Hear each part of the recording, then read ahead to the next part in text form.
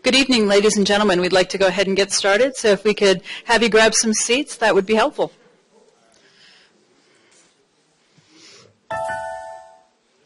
Thank you all so much for being here this evening.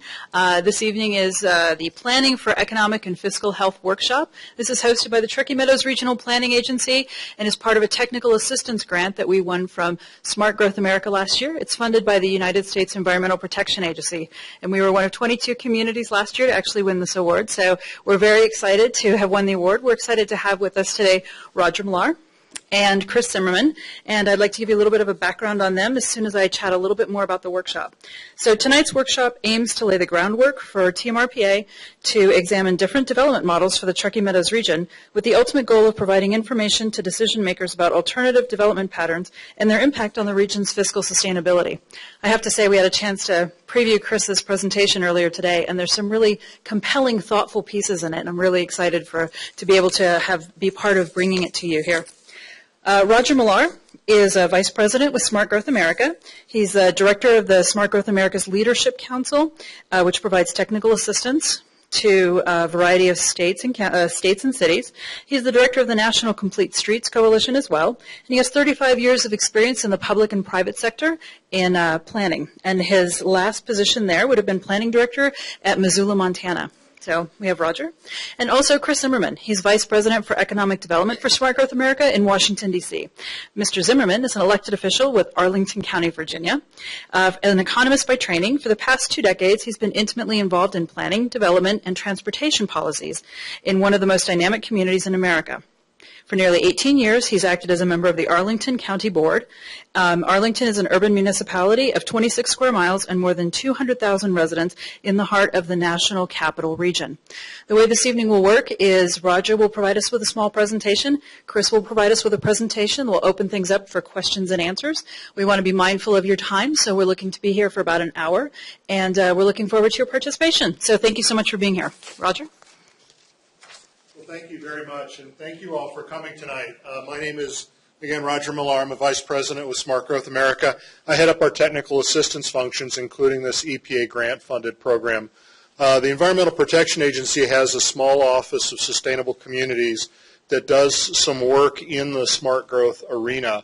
They made a decision a couple of decades ago that's actually been through both Democratic administrations and Republican administrations, that there's some value to going out preemptively and working on keeping communities out of trouble that they might have to come back and regulate about. So rather than being the heavy-handed regulator, they want to provide some assistance to communities to get them some assistance that can help them make decisions that keep them out of trouble. And that's where the Building Blocks program came from. It's a competitive grant. We are one of 4 grantees around the country providing these workshops. We do a competition every year, and it speaks well to the staff and the folks that got involved in putting the application together, in that of the 85 communities that applied, we were able to provide assistance to 22. So we're really happy to be here tonight, and congratulations on that. I like to start these things out by defining smart growth and talking a little bit about the value set. I know that we live in controversial times, and I have to talk about smart growth to people like my dad, who's a very conservative person. And we talk about the value set, and then we talk a little bit about the information that is telling us that there are different things that we have to do in our communities as we move forward, which I hope will set the stage up for Chris to talk about economic and fiscal health. So smart growth to us, we define smart growth is strategies that provide urban, rural, and suburban communities with housing and transportation choices near jobs, shopping, and schools. Those strategies are designed to support thriving local economies and protect the environment. So it's about housing choice, it's about transportation choice, near job shopping and schools, giving people the options that they would like to have as they go forward. I see it personally, and I know that some of you are elected officials, some of you are staff, you're dealing with citizens all the time who ask questions about this. I try to make my discussion of smart growth a personal discussion. Why am I in planning? Why do I do this? And I find that it works better because one of the things that's really important for you guys to understand is these are local decisions. What we're providing communities around the country with is technical assistance, essentially a vocabulary and some ideas and some examples where somebody somewhere else has maybe invented a wheel that you don't have to invent for your community necessarily. But the decisions are local decisions and the issues are local issues, and taking control of your destiny at a local level is an important task in this part of the 21st century. So when I talk about smart growth, I talk about it from the perspective of having been an Army brat. And my dad came home from Vietnam, and back in those days, they didn't get quite the welcome home that the combat veterans get today. I asked my dad, why do you do this? You're an engineer. You can make a ton of dough on the private side. He said, well, I have a responsibility to make the world a better place for my children and my children's children. And that's what you guys are about today. You're about making your community a better place for you and for your children and for your children's children. I was involved in the Boy Scouts when I was working my way up to be an Eagle Scout, and I'm an Eagle Scout, and my two brothers are Eagle Scouts. We learned in scouting that citizenship and conservation are not mutually exclusive. They're two sides of what make this a very special country. I am a civil engineer. I'm a fellow of the American Society of Civil Engineers. There are 153,000 of us quite radical sustainability zealots around the country. But in the Civil Engineers Code of Ethics, we are required ethically to practice sustainability. And it's an unethical thing for a civil engineer to not be thinking about sustainability in what they do. So this isn't a wild new idea. This is just the latest version of the American dream, of us working to make our communities better places for our children and our children's children. So the reason that I think this work is important is because our demographics are changing. We have some issues in our communities that you guys are probably more aware of the statistics related to your specific communities, but looking around the country, we're aging. I live and work and play out of Billings, Montana. When I came to Smart Growth America, I said, I'll do technical assistance, but I'm going to do it from Montana, and that's for two reasons. One is I want to live in Montana, just like you guys want to live here in Nevada. And I was going to call it Montana so I could say Nevada, but I know to say Nevada down here. I want to live in Montana, and I desperately didn't want to say, hi, I'm here from Washington, D.C. to help you. That's not the kind of thing that I want to do. But up in Montana, our population is aging rapidly. All of the net growth in Montana, 25 years from now, we'll have the same number of kids, we'll have the same number of young adults, we'll have the same number of middle-aged people, but our senior population is doubling. That's where all of our net growth is. And you're probably seeing a growth in your population where you're tracking 65 and older, and you're probably starting to track 85 and older. And that has huge implications in our communities, particularly Western communities. In the Complete Streets Coalition, I work with AARP, and they keep sending me a card to join, and I tell them, not yet, not yet. But AARP estimates that the average American man is going to outlive his ability to drive by 7 years, and the average American woman by 11 years. So think about your community and how important a car is to getting around to your community. How do your seniors maintain their independence and their dignity when they hang up the car keys for the last time? And as people responsible for the fiscal health of your communities, how are you going to pay for that? When paratransit rides cost $15 to $25 a ride or more, and fixed route transit costs a couple dollars a ride, it's a lot less expensive than paratransit, but you have to have the built environment in place to make that fixed route system available to seniors and the disabled and the like, or you pay the extra freight for the paratransit. So the aging of America is one thing that's really important to us, and one of the reasons we want to get out and talk to communities about economic and fiscal health. The obesity epidemic. Fully a third of Americans are obese, and an even larger percentage of our children are obese. And it has a huge healthcare implication and cost implication to us, particularly when you look at uninsured people and what they cost ratepayers and taxpayers for taking care of this obesity problem. The Centers for Disease Control has linked obesity, at least in part, to the changes in our built environment. How many of you walk to school? How many of your kids walk to school? It's amazing the decline in the mobility of our children. I have parents that tell me that driving my kids to school is the quality time I spend with them during the day. And that's kind of sad. But it's also resulting in a lot of little fat kids that are going to be a health problem and a financial problem for us going forward. Another thing that we're seeing is the rise in single-family households. How many people know who Ozzie and Harriet are? Wow. I used to have Ozzie and Harriet in my slideshow, and nobody knew who they were. And I said, well, if you don't know who they are, why do we keep designing our communities for them? We keep designing our communities for a family that is a huge part. The two-parent, two-child traditional family is a huge part of our community and a stable part of our community, but as a percentage of the households in our communities, in the 1960s, they were about half of the households. Today, they're less than a third.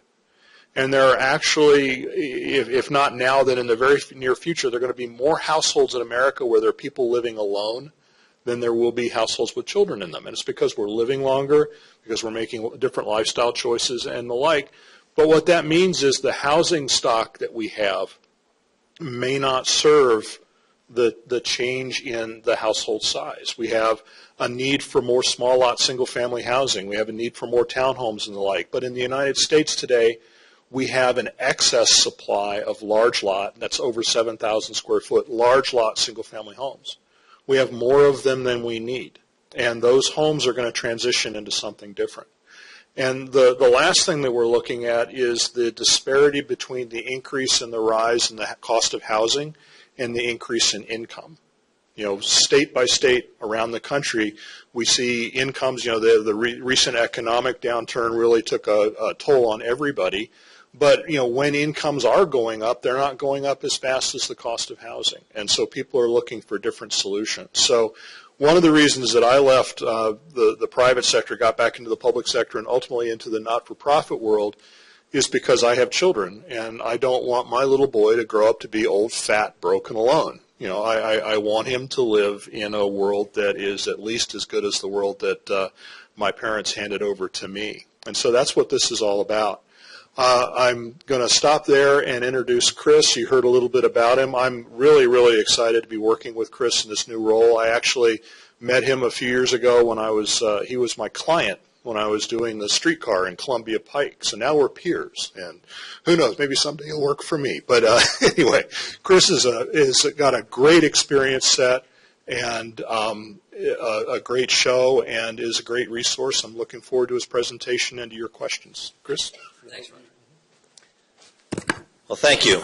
It's a great opportunity I have to be here. I've had the chance to visit a lot of places and in part to talk about what we do where I am and also to learn. And one thing that I have learned is that every place that I go, places where they've asked me to come because they think I have something to tell them, I always see something that I say, why aren't we doing that back in Arlington? So I think, exchanging ideas is always a good thing. But in particular, with the topic we're talking about tonight, I know as an elected official, everybody's local economy is a little different. They're based on different things. You have, we have government. You might have, manufacturing. You might have hospitality. The base of the economy may be different from one place to another. There's differences in topography, and there's some differences in history and so on. But there are certain things that really are pretty much common, and every place is struggling with how they make their budget, how they grow their economy, how they have jobs for people in the region, how their kids are going to have the chance to live in the community they grew up in. These are the same issues everybody's struggling with. People may be in different points in the economic cycle. Some places are up at the moment doing really well while other places are struggling. But no matter where you are in that, you're never doing so well that you get to sit back and not do it anymore, not worry about it anymore. We're always in a competitive environment. So a lot of things, some things are specific to particular places and not transferable, but an awful lot of things seem to be very common across all the communities I see, from the one that I've been involved in governing to those that I've visited all around. So, that is one premise I have here, that I think there are some things that, can be shared from community to community that are worth knowing. I should say another thing which is implicit in the name of the organization I represent is that growing is a good thing. That we are in fact looking for some kind of growth. That growth at least can be good. That's something we could actually have a debate about with lots of people, and that would be an interesting debate, I'm sure. But a premise of this is that we do actually want to grow our economy, create new jobs, and so on. And so with that, and could I maybe get the lights? This would be good. Thanks. Let me say that what we're going to talk about today is really about how we might grow. That there are alternative ways in which a community, a region can grow, and that you have some choices about that. And the choices you make and how you decide to grow will make a big difference in how successful you're going to be in today's economy, how your budgets in government are going to be affected, and what kind of quality of life your community is going to have. In particular, a fundamental premise is that the built environment makes a difference. That how we design, how we construct our communities will make a big difference in a lot of different ways. There are different ways we can choose to grow. There are different ways we have chosen over the past decades, and there are consequences to all of those. There are good things about different patterns, and there are costs to them. We have often grown without really thinking through those choices, but we are making choices, whether we recognize it or not. And so it behooves us to think a little bit in an era in which things are getting tighter about how the choices we make affect all these different things that we care about a lot. I'm going to come back to that, but I want to focus on a few of the things that are affecting communities pretty much everywhere. Again, there are local factors that are very significant, but there are some things that seem to be happening pretty much all across our country, at least. And three things in particular that I want to talk about. One is that the market is changing, and market means a lot of things. In this context, a lot of it has to do with real estate, with land, because that's a lot of the business we're in. If you're a planner, if you're an economic developer, if you're an elected official dealing in a locality, a lot of it is about the economics of land. And especially on the housing side, there are significant things happening to change the market. Roger was suggesting a number of those things in his introduction. Secondly, the way economic growth is happening and how the nature of our communities, the patterns of development, the ways we choose to grow, is affecting the economy in different ways. And finally, I want to talk about how what we do affects the costs of actually running governmental operations and the impact that we have through our policies on land use, our policies on taxes, our policies on expenditures and regulation. And they suggest that a lot of what we have been doing for a long time is essentially subsidizing inefficiency. And it's expensive. So first, talk a little bit about what's happening in the market. Everybody's community is being affected by two big demographic changes. Again, Roger mentioned this. And this is happening everywhere. And the first is the rise of, you could do it in either order. I'm going to start with the young people first. So the rise of the millennials and the aging of the baby boomers. I hate that sentence more than I can tell you, because you can guess which one of these I fit into. But you can't get away from it. So this is a graphic representation of what Roger was saying earlier. In the current parlance of demographers, many of you will have seen these, but in case you hadn't, there are certain breaks that demographers have picked out over the years for where there's a big change in particularly fertility. And so there's the generation that was essentially, before World War II and through the war. And then there was the Depression in World War II, of course, get birth rates way down. And then there was the tremendous phenomenon of the baby boom afterwards as a result from 1946 to 1964. And then the baby boom stopped. And there was this, generation behind it that was much smaller. And then the baby boomers, of course, started having kids. And we got a generation that is usually measured from about 1982 or so through the end of the century and just into this big one. And now there's another group that we don't yet have a bar up here in this graph. So if you think of this as a large portion of the population of the United States now, the bluest population, the kind of orange, is the labor force. And, of course, the ones on the far left there are mostly retired. The baby boomers, as you see, they're the bulk of the workforce today. We are no longer the biggest generation because we've been overtaken by the millennials. The millennials, of course, are mostly not yet in the workforce because many of them, are 12 years old. But you can see where it's going because obviously over time the orange line is going to go up to the right and down to the left. Roger mentioned this too. It's a different world. Around the time I was born, roughly half of American households had children. And so in the tremendous building boom that accompanied the baby boom, the biggest development boom in many ways that the world had ever seen in the 1950s and 60s in the United States, it was around essentially meeting the needs of households with children. That changed an awful lot by the end of the century, and as you can see, by the turn of the century, only a third of households in the United States had children.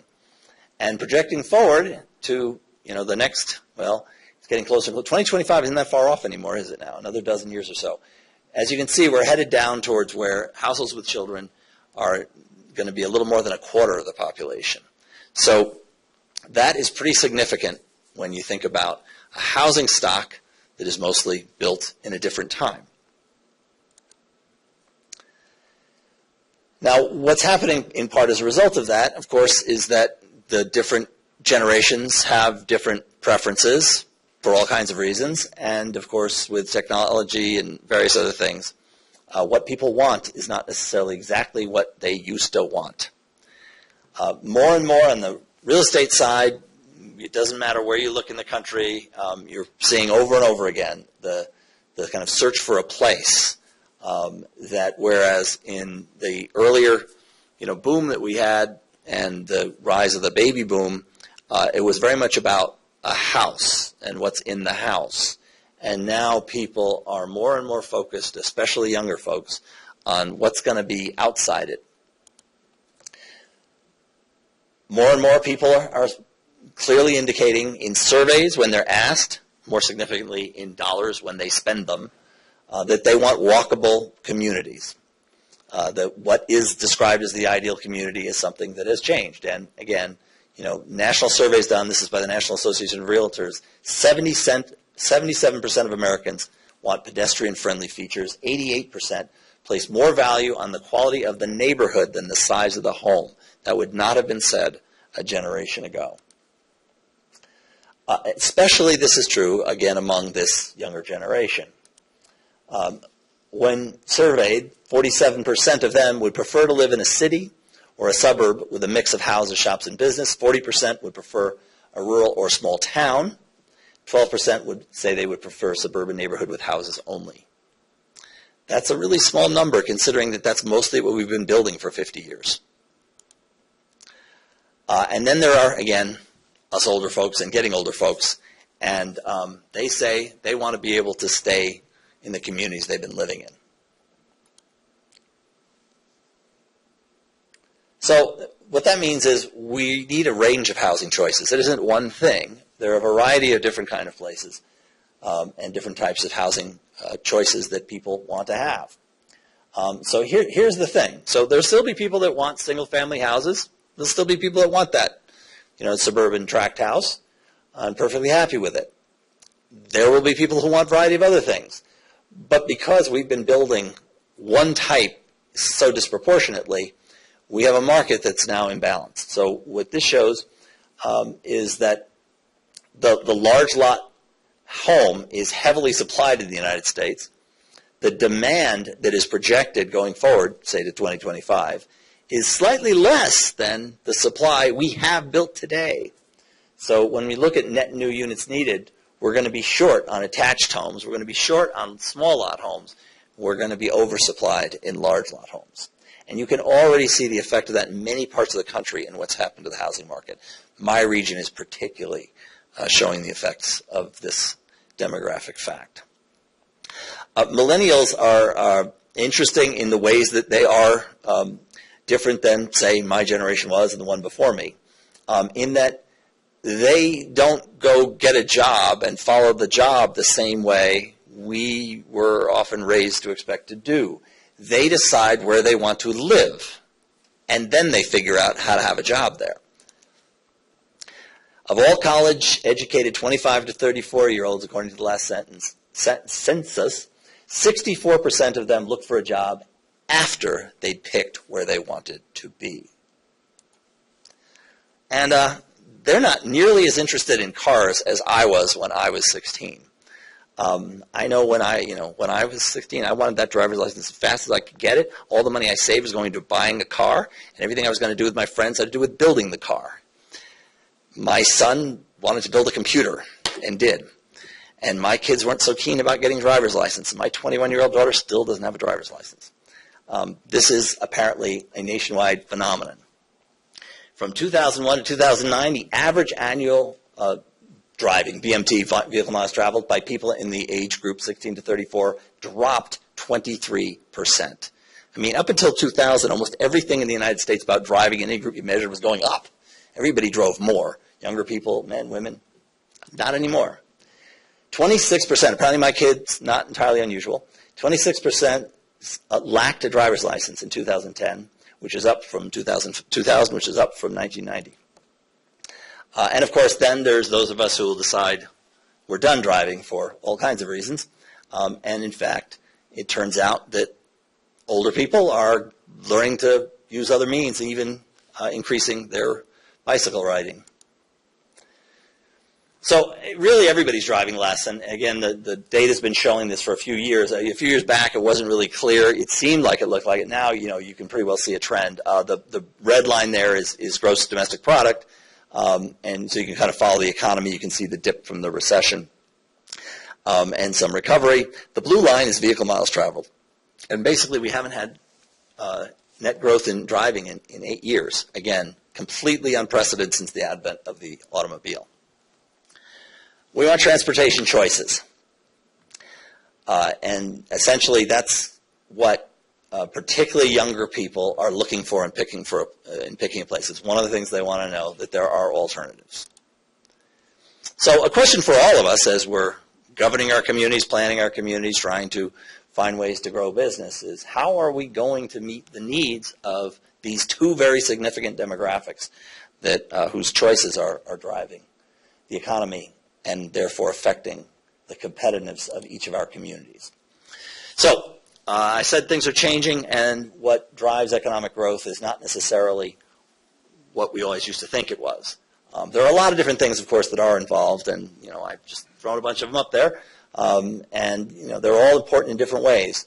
Some of them are things people have recognized and always recognized. Some of them are things not necessarily paid enough attention to.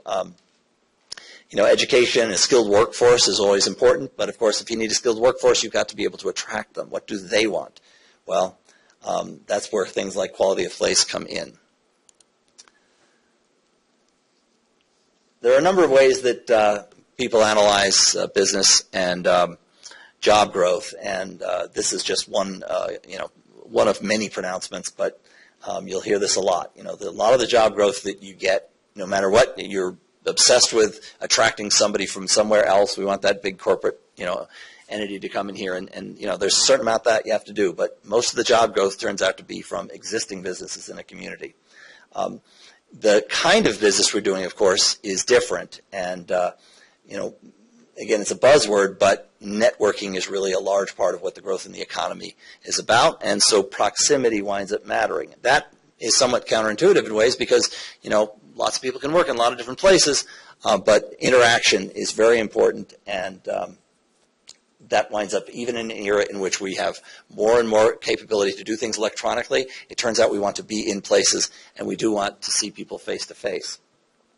So one of the best ways, and usually the only way that really has high return in focusing on strategies, is to pay attention to the concentrations that exist to build on the assets that you already have, the industries that already have a base wherever you are.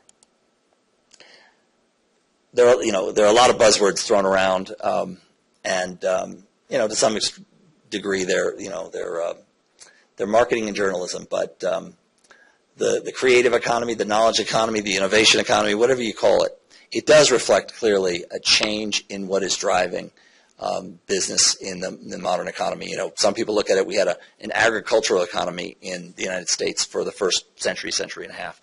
How you count it? The majority of people were involved in agriculture in the United States, one way or another, up until into the 20th century. And then we really became a manufacturing power, and we were a big manufacturing country. And that's clearly not, we still have agriculture, we still have manufacturing, but that's not the thing that's driving us now. And so whatever you call it, this knowledge-based economy that depends on continual innovation is a large part of what's making us go. It's reflected also in the way workplaces are organized internally. It also has an impact on the outside in terms of the kind of workplaces that companies are looking to build. Changing the model from one that is so much internally focused, so stovepiped in organizations and divided into separate offices or cubicles, and one again that is meant to promote interaction. So to bring it back again to the question of how our choices about land use and development patterns, the evidence is becoming clearer and clearer from a variety of different sources of some specific research and generally when you watch what's going on in a broader sense, that having a compact development pattern makes a difference in this kind of economy. Again, this is just a sort of factoid from one specific study that was done that said, that related employment density to increases in patents. And so more dense places turn out to be producing more patents. Now, a lot of reasons you could think about why that might be. Is it actually because of this fact of having people closely interacting with each other? Or is it just the byproduct of having the kind of people who do patents because they want to be in those places? And again, you could talk a lot about, is it one or is it the other, but in a way it doesn't really matter. It tells you either way that having compact development can make a difference in that kind of production in the new economy.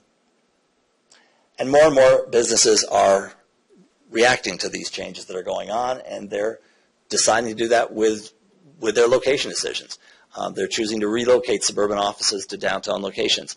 There are a lot of interesting stories about this, but one of the biggest consulting firms is called Accenture. Accenture? They were Arthur Andersen Consulting. They became Accenture. And they used to be located downtown. And about 20 years or so ago, they had downtown Washington, D.C. offices, and they moved out to a place called Reston. Anybody, if you know my area, you'd know Reston. It's out near Dulles Airport if you ever fly in. So it's way out there.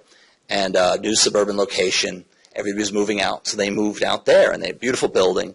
And Reston's really a lovely place. And last year, they relocated to my community, to Arlington, and walked out of a very nice building out there that they'd been in. And when I talked to them about why, basically they said, because that's where our workforce wants to be. That we found we were trying to attract all these people who were commuting out to get there. And so many of them live down there.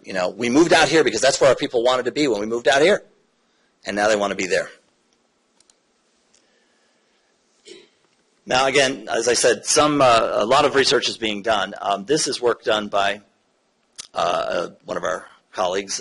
He's a professor at George Washington University and has been himself a developer and a real estate analyst for many years.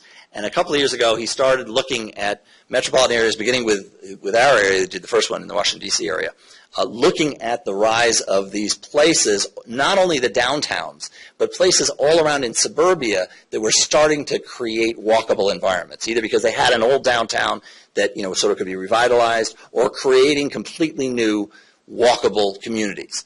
And he's been tracking those and essentially looking at what's happening in development patterns in those places versus the rest of the whole area. So those places are a small percentage of the entire region, but they turn out to have a lot of the growth in the business. And as he's looked at these over through the data through a couple of decades, he argues basically that 20 years ago they weren't very important at all, and 10 years ago they became very important, and now essentially they're what's happening. So he calls them walk-ups, which stands for walkable urban places, but I want to emphasize a lot of them are actually in the suburbs and the outlying areas. And what he said is that, analyzing this data, that if you look at those areas, in the case of the Washington metropolitan area, he had 43 of them, I think. In the 90s, they got about 24% of the share of investment in real estate, essentially. Income properties, office, rental properties, apartments, and hotels. In the beginning of this new century, that moved up to more than a third. Since the recession, it's virtually half. And what's happened with the recession is interesting because the Washington metropolitan area is one that's had a fairly strong economy. We had high unemployment go up too, not as high as other places went up. But building has continued. And so, in the Washington metropolitan area right now, we have 5.5 million square feet of office space under construction. It's not bad. I mean, it's a big region. It's about 5 million people and, 3,000 square miles or something like that, but in 3 states. But there's 5.5 million square feet under construction. The incredible thing, this was just reported 2 weeks ago, that 84%, or 4.6 million of it, is locating by metro, by our metro rail system. Now, when I say by, not just near it, but within a quarter mile of a station. That tells you something's going on. Those areas constitute only about 4% of the land area of the whole region.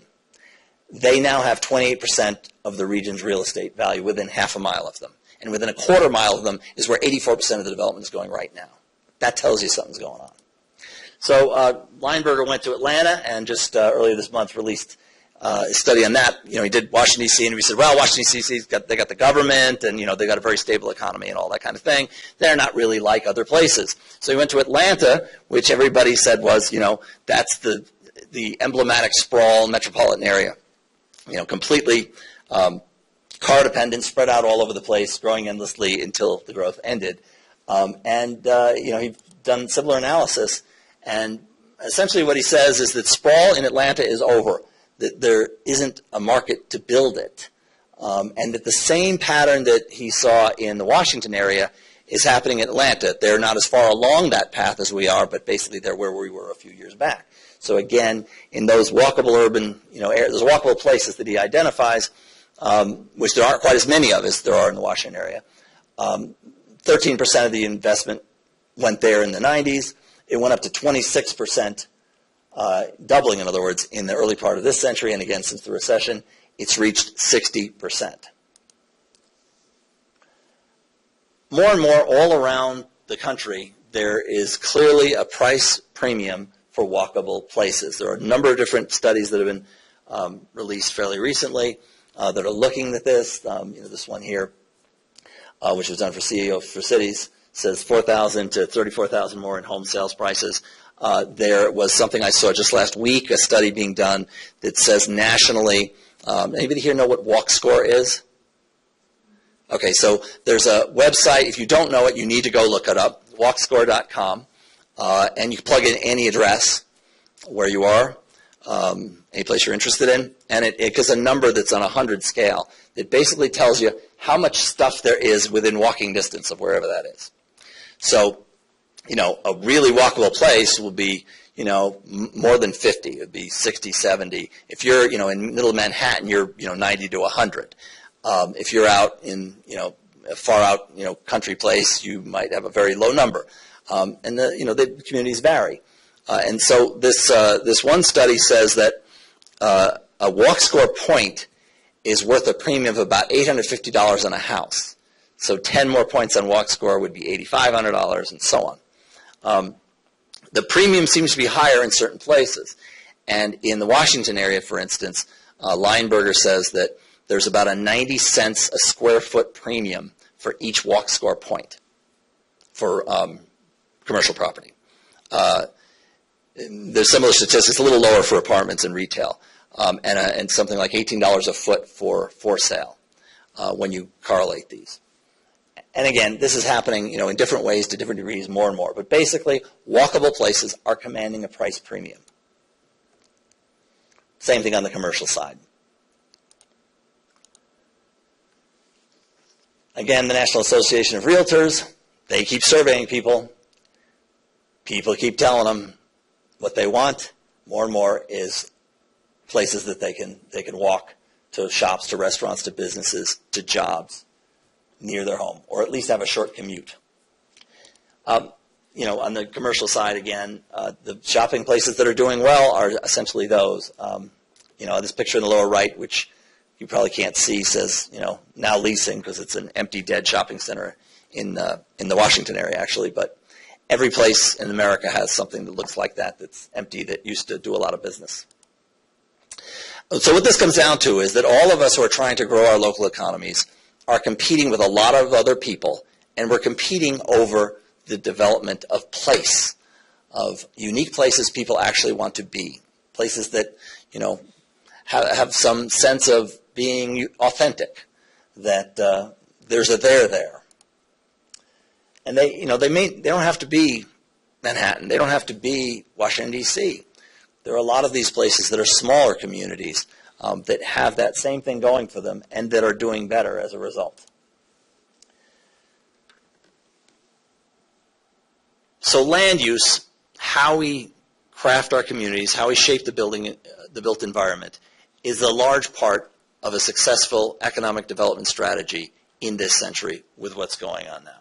You have to look at what it is people are buying, what's driving the market, and what do we do in all the things that we control at the local level in public policy that affect that. How can we use the things we've got to leverage that to create the kind of place that can attract the workforce that attracts the businesses that we want to have to provide jobs and economic growth and pay taxes and so on. How, for each of our communities, how can we take advantage of the changes that are going on in order to increase prosperity in our community? So the third thing I said I want to talk about was how certain choices that we have tended to make, and that we can still make if we want to, turn out to be pretty expensive in ways we didn't necessarily count on for decades of building in a certain way. The choices of different land use patterns turn out to affect the cost of running government and the revenue we get to do it. I don't have to tell you most of this. Obviously, we all know we have tough problems in the middle of a recession. We're not getting more help from the federal government. We're all under pressure to deal with infrastructure problems, providing services, and so on. And costs can be both in terms of building infrastructure, maintaining infrastructure, replacing it, but also in operating it. Oh, go back. Okay, so specifically, infrastructure costs are very much a function of development patterns in a way we usually don't think about when we make decisions, or at least we haven't for the most part in this country until fairly recently. Low density development raises infrastructure costs in a number of ways. Building new infrastructure to open up new places brings in all kinds of costs, the full extent of which is often not taken into account when we make the decisions, as opposed to putting money into existing places where we already have infrastructure. This is an example of some work. I think this is based in California, but you get similar thing anywhere you do it. The per acre infrastructure costs for different kinds of development. If you go for single family, the cost for infrastructure on the outskirts, in sort of exurban areas, in suburban infill areas, or urban infill areas. It's just a lot more expensive when you have to reach a lot more homes. When you have a water line that has to go miles and miles to reach a home, as opposed to one that's running past a great many of them, for instance. It affects a whole range of different kind of services. Police and fire department are being an example. You have more area to cover. It costs more. If you've ever had to deal with what it costs just to buy a piece of fire equipment or to run it, and how much gas a fire truck or a fire engine uses, is really phenomenal. But it's true for things like school buses too. The more you have to bus kids and the farther you have to bus them, that's a transit system you might be using twice a day. But it's a lot to run. And of course, there's snow removal. I hear you do some of that here. We only do it like once every 4 or 5 years, but then we get a lot of it all at once.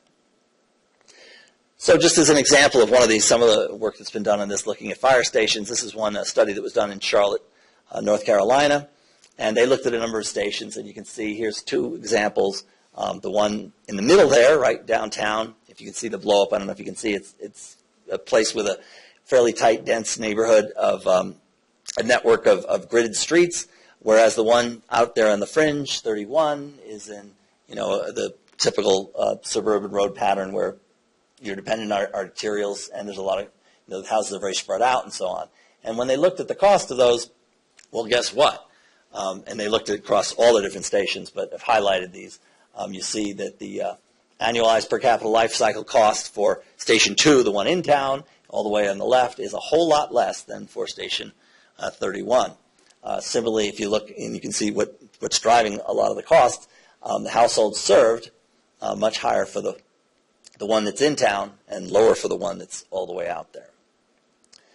On the revenue side as well, compact development is clearly the best deal. Low-density suburban development generates a lot less revenue per acre, and in many places, if they simply focus on bringing back some of the areas in their existing developed places, they'll get a higher return to their property tax base than adding new developments farther and farther out.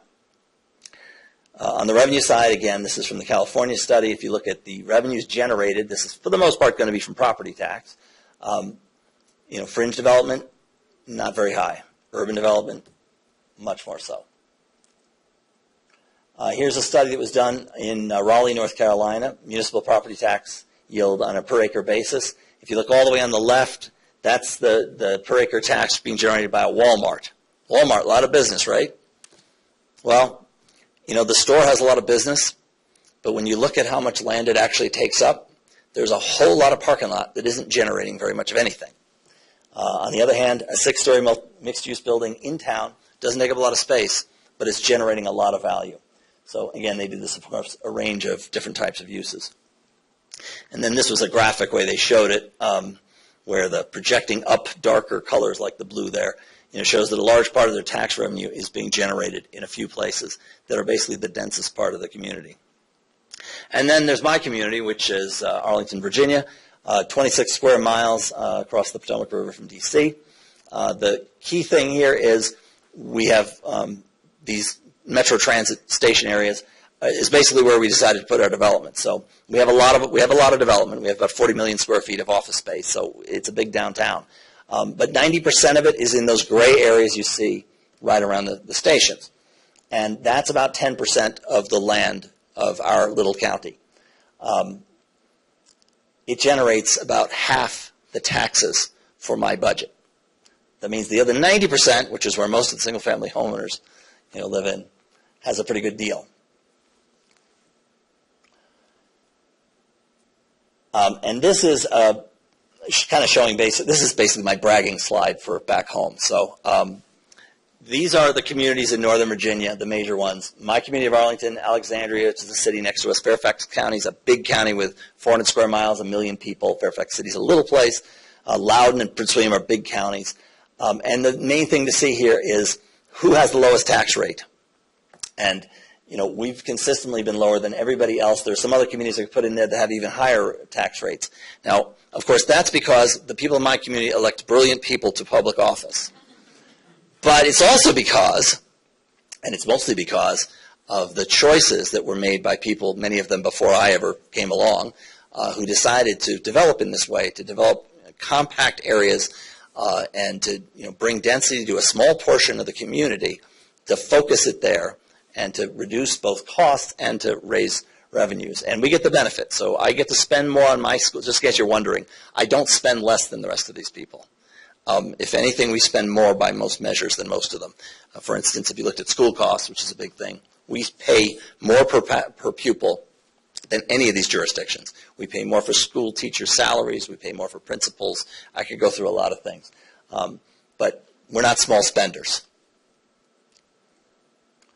So, I know this is another question, the final question, which is, so can you continue to afford to do things the way you've been doing it? Assuming you've been doing this, but mostly in America, that's what we have been doing. Some folks have likened the way we've done development to a Ponzi scheme, in the sense that, we get immediate reward by bringing in some big development that we're getting infrastructure in many cases provided to some degree by the developer. They may have to build the streets, for instance, for the subdivision, but then they turn them over to you, and you have to maintain them. And the immediate benefit may be very high in the short run, but in the long term, we've tended not to have enough put aside to pay all the costs that come due. So we get to the point where now this aging place now needs all that infrastructure replaced. And what do? Well, for a long time, what we did was we added more and more, and so we cover that. But that has really come to a halt. So, how do we develop economically?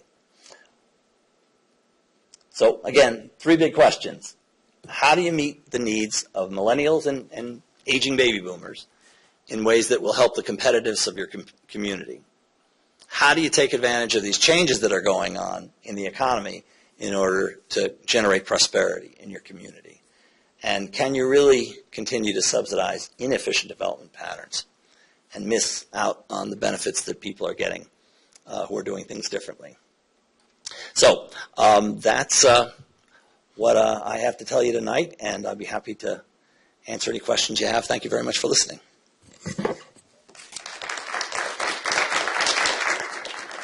So, Roger and I would be happy to answer any particular questions, make any arguments. You don't have to believe anything I said.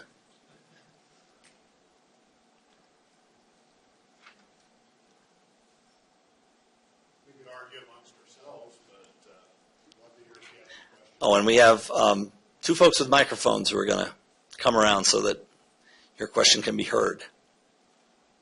And as soon as the first person asks the question, there's going to be 4 or 5 others, because I know how this works. But nobody wants to be the first one.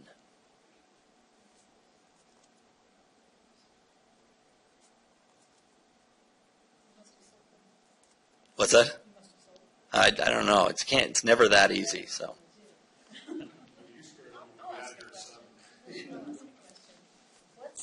What's your best response to the folks that are stirred up about Agenda 21 and ICLEI? And which was the second? ICLEI. Oh, yeah. Well, I mean, I guess I don't know what the question is.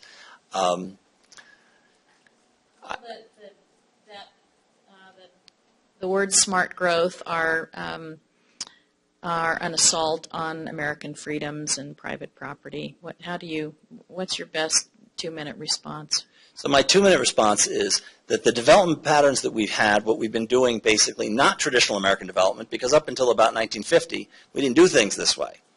But what we've been doing since then isn't simply the result of free choices, made in a free market. They're actually the result of government policy.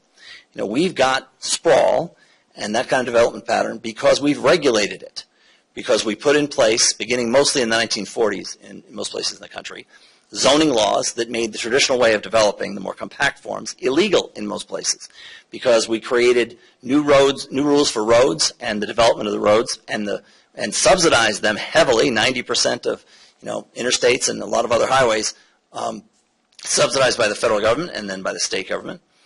We made new rules at the federal level for how housing should be built. So we did a lot to subsidize home ownership, which many of us think was a good thing.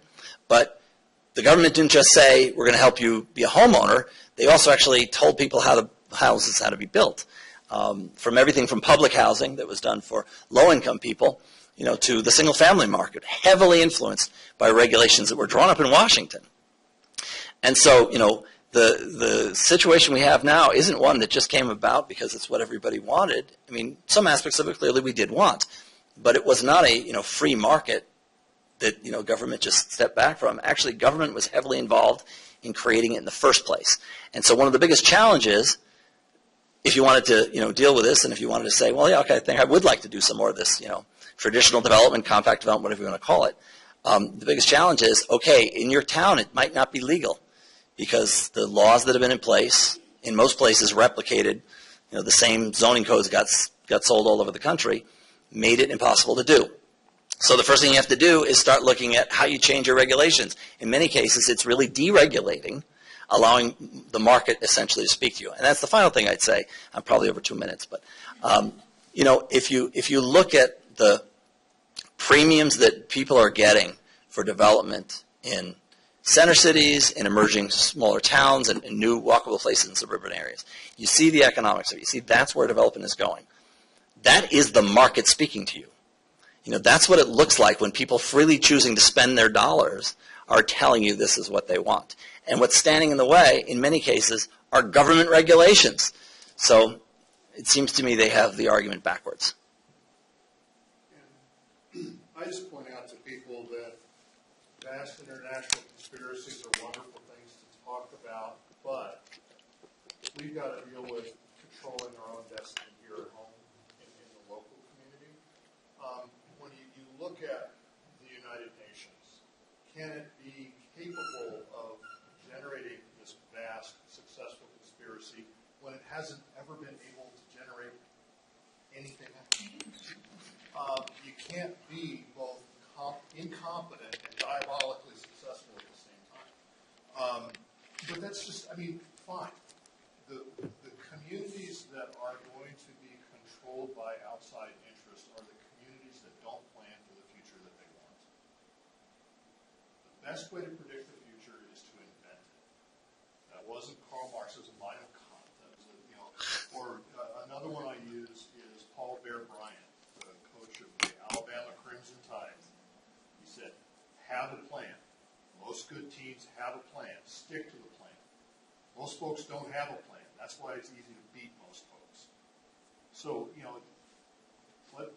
let's go have a beer and talk about international conspiracies, but what we're really talking about is what is our community going to look like in the future? How are our property values going to change? How do we control our destiny? That's the key here. And the rest of the stuff, like I said at the very beginning, you don't have to listen to anything we brought to you. You don't have to do anything. We're giving you some vocabulary. We give some suggestions. These are your decisions. That's one of the great things about being an American community is the decisions are made here. And nothing's changing. What do you think are the keys to transitioning an existing built environment to, a more compact, i.e., denser built environment? When everything is built out and redevelopment in general has acquired a negative connotation. It's very expensive, if you will, to assemble sites, et cetera. Unless the demand is very strong, you're not going to have the economics to support it. So when you have an existing built environment like we do in these Western communities, how do you transition?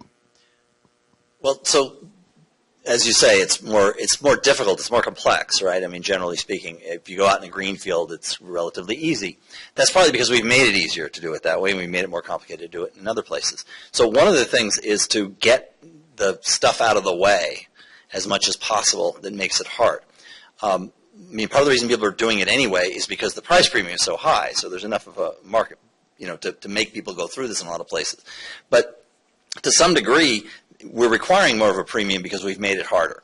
So one of the things is to actually change regulations. If you have regulations that are, for instance, in zoning that force people to build in ways that would make the traditional Main Street even illegal, they have to set back, they have to have very high parking ratios.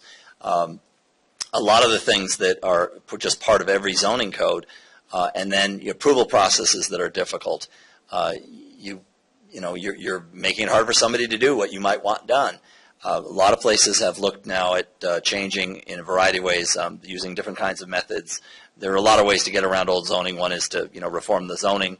One is to have special exceptions. A lot of my county's done through special exception, where we adopt a plan and we say, here, we want this, come build it. And if you propose something along the lines of our plan, you'll get an approval. And then a lot of places are using what are called form-based codes, which basically are ways to try and make the rules say what you actually want to have built, and to give people confidence that if they meet the punch list, basically, if they do it the way it's in the code, then they get approved. So you reduce the costs that are involved in the process. I think removing regulations or changing regulations so that you're actually regulating to what you want built as opposed to regulating to other things is a big part of it for a lot of places. There are also questions of how you're funding and subsidizing, how you're taxing and how you're subsidizing different kinds of things. I'd look at all the rules that you're doing. To really get something going generally involves finding the place where it most wants to be right now. That is, what's the part of, if you've got some part of your community that already shows signs, you've got some existing urban fabric that survived, and there's something going on there now. Maybe it's a few blocks. Basically, building onto what you got and getting some momentum going is a big part of kind of getting success. It's starting small, but over time these things will gather momentum and have more and more force. And I find that people say things are built out, but if you actually go look, there's almost always stuff that isn't. Particularly in so many of the areas that would be that maybe were downtowns. A lot of these are now parking lots, and used car lots, and empty lots. And even in places where there are some good old buildings and all that, there's still lots of space. Those are all potential places where again, you can create that first sort of critical mass. That in some ways you need one good block. If you get one good block, it's a place people want to go. And if there's an opportunity to extend it, then you can get two good blocks. And a lot of the strategies that have been most successful, I think, are really just that. Making something work in one place where you have a plan and it can grow, and making sure you get enough happening in one place. One of the things that I think people have problems with a lot of times with economic development is they have too much going on in too many places. And so you get something here and something here and something here and something here. They're all good. But what you're losing is the synergy that if you had them in proximity. And I think that if you're really trying to make something like this work, you want to focus your strategies so that you are having a success somewhere, and don't let everything become. You might have 5 great downtowns potentially, but you got to have one first. Roger. That was great. The only thing I would add to that is focus your infrastructure. Focus your infrastructure investment as well. I mean, government is to a degree investing in all types of infrastructure. We used to, I've built a lot of highways and I've built a lot of transit. And the old joke in the transportation industry is that you invested in roads and subsidized transit.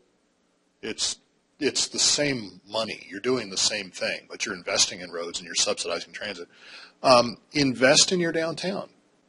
Use the infrastructure money that you have, the water, the sewer, the parks, the street infrastructure. It doesn't have to be big. Now, when you go big and long-term like Arlington did, Chris and the people that were on the county board before made decisions about where the orange line was going to go and where the blue and yellow line, and that made a huge difference. But if where's a bus route going to go? Are you going to have enhanced bus service in one corridor? Are you going to do BRT? I mean, these are things that are being talked about in Western communities. In Missoula, we took one neighborhood, one block of downtown, North Higgins, and turned it into a showcase. And it was a relatively modest public investment, but it was tied to the policy goals we were trying to achieve, and the business community got behind it, and we partnered. So we weren't at war with each other. We were working in the same geographic place to make the same thing happen, and the city was investing while the private sector was investing as well. You've got the money. If you spread it like smooth cream peanut butter all over the landscape, you're not going to have any effect. Pool it and spend it strategically. And even a place like Arlington, it's not only Metro, although that's obviously a big part of our story. But we have a corridor that didn't get Metro. In fact, it was a corridor that was originally going to be on the Metro system, and then they decided not to build it there. So it was basically a commercial strip like the Route 1s everywhere. And a lot of communities around it, there were great neighborhoods, including the one I live in. But the road itself was basically focused on bringing people from one end of the county out and out the other end, and the businesses along it were basically car oriented, and a lot of curb cuts along the street, in out. If you had several places to go on this road, Columbia Pike, you'd get in and out of your car 5 different times to go 5 different places. Nobody really walked there. So we focused a lot over the last 15 years in trying to make that into a main street.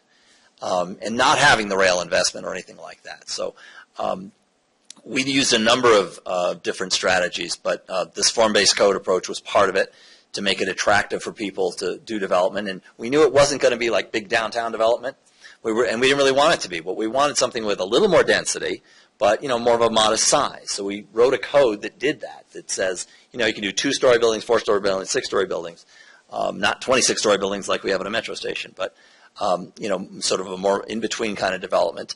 But we want to make it easier for people to do that, to build what we want. We put money into infrastructure in the forms of the sidewalks and utility undergrounding and, creating amenities on the street. We pay that part. We've started to get that happening. And we focused on a few key commercial nodes and really tried to make sure that one in particular got going.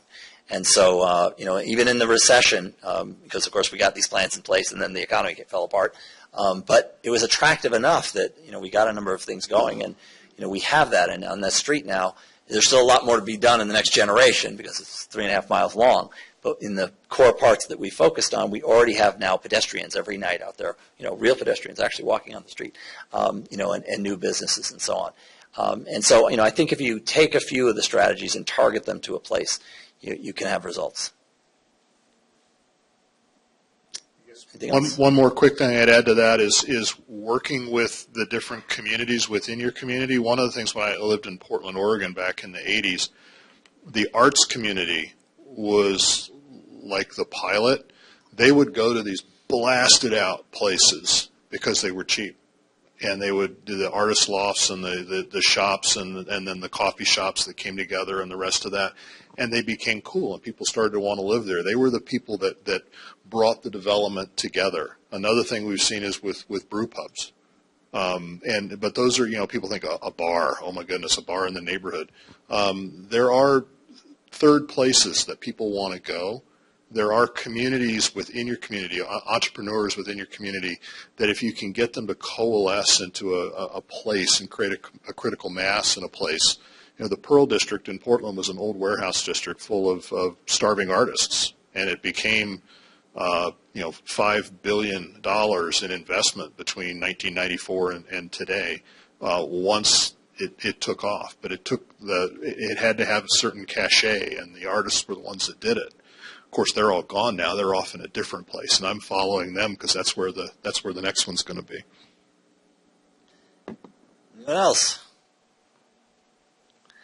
Well, thank you very much, and good luck in your pursuits here in Reno. For a while, and